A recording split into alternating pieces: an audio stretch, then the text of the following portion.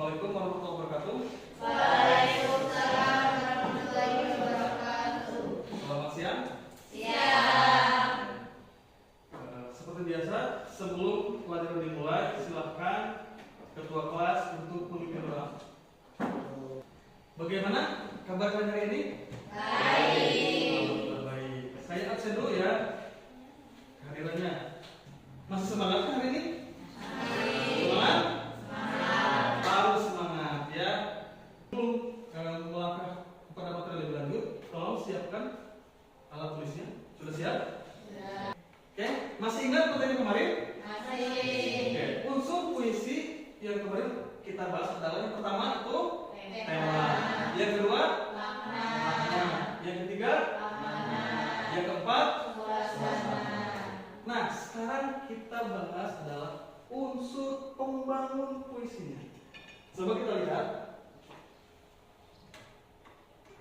Imaji atau citraan.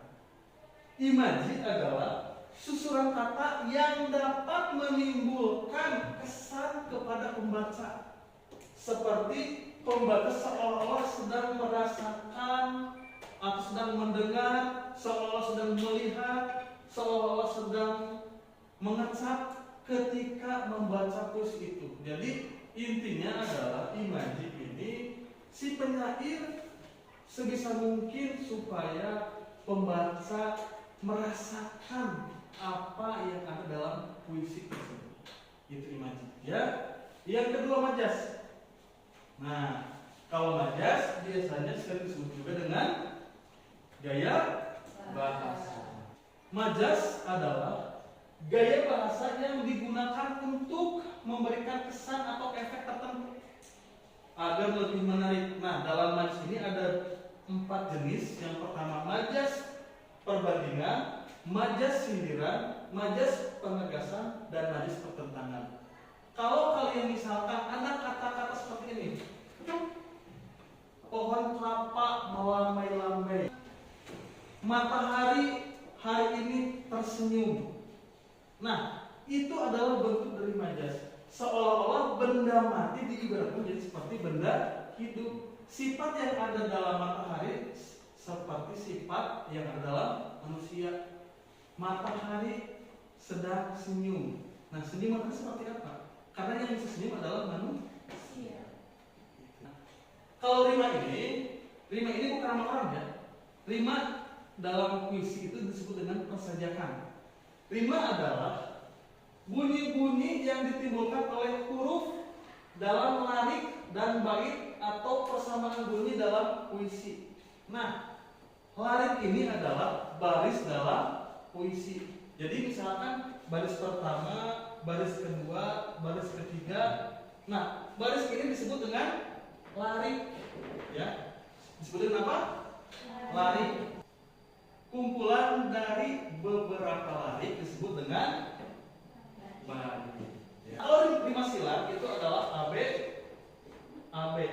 Maksudnya apa? Contoh, angin sedang bertiup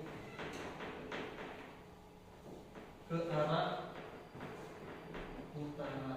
Nah, itu larik ke 1 harus sama dengan larik ke 3. Larik kedua harus sama dengan larik ke 4. Oke, siapa yang mendengarkan larik ketiga? Oke, silakan. Cintaku telah redup. Oke, bagus. Cintaku telah redup. Oke. Nah, lari ke 1 dan lari ke 3, rimanya sama ya. Siapa yang mau mengisi lari ke 4? Silakan. Silakan.